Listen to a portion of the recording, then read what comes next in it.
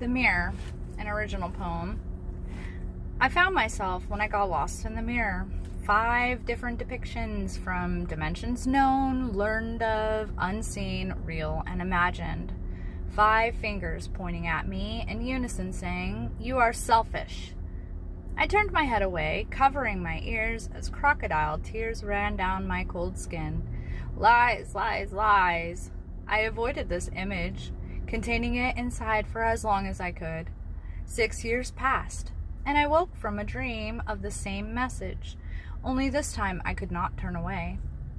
I dove into the reflection and met myself, turning outside in, examining every piece of me, the pain I experienced, the harm caused by others, the love I had sabotaged, and the injuries I had made.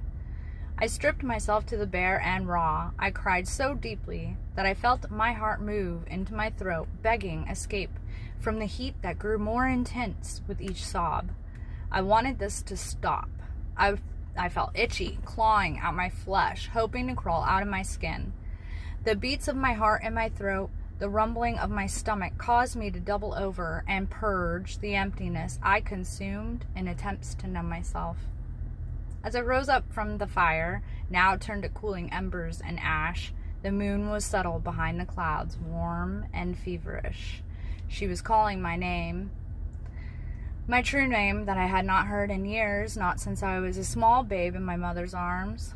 The grief overcame me, but instead of wailing, a guttural growl rose up from between my thighs, through my womb, into my chest cavity, erupting out of my mouth the way a lighthouse lamp breaks through the fog, kissing the branches of swaying trees, seeming to have felt the hum that vibrated in my bones. The release was keening. A feral woman covered in blood, sweat, and tears broke free from the bonds of silence, stepping into her womanhood. All that was lost in the time she was sleeping, all to be discovered in her awakening. When I looked in the mirror, I did not recognize myself.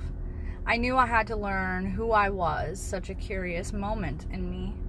Old images of self appeared as loved ones kept grasping the form of who they thought I should be, what they needed of me.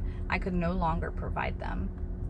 "You are selfish," they said, but they only knew the half of it. I was becoming.